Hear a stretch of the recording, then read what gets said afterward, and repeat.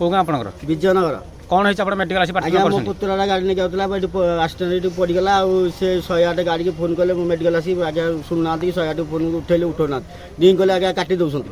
କେତେ ସମୟ ଏଠି ବସୁଛନ୍ତି? ଆଜ୍ଞା 2 ଘଣ୍ଟା ହେଲାଣି ଆଜ୍ଞା 2 ଘଣ୍ଟା ହେଲାଣି ଆମେ 108 ଯେତେ ଫୋନ୍ କଲେ ସମସ୍ତେ କାଟି ଦେଉଛନ୍ତି। ଆଜ୍ଞା ଆମ ପେସେଣ୍ଟ ବଞ୍ଚିବ ନା ମରିବ?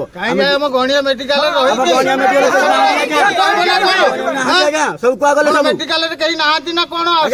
ଗାଡ଼ି ସବୁ ଭାଙ୍ଗି ଦେବ ଗୁଲଟାଇ ଦେବ ମାନେ ଏରା କଣ ଏମିତି ଗଣିଆ ଏମିତି ଆମ ଗଣିଆ ବ୍ଲକରେ ଏମିତି କଣ ହଉଛି ମେଡିକାଲରେ? ହଁ ଏମିତି ଯଦି ଆପଣ ମାନେ ଏମିତି ଯଦି ମେଡିକାଲରେ କରିବେ ବୋଲେ ପେସେଣ୍ଟ ଗୁରା କଣ ହବ ଆମର? ସାଧାରଣ ଲୋକ କେମିତି ଚଳିବୁ ଆମେ? ଆଜ୍ଞା 108 ଗାଡ଼ି 4-4ଟା ରହିକି ଆପଣ ମାନେ କିଛି କରିପାରୁନାହାନ୍ତି।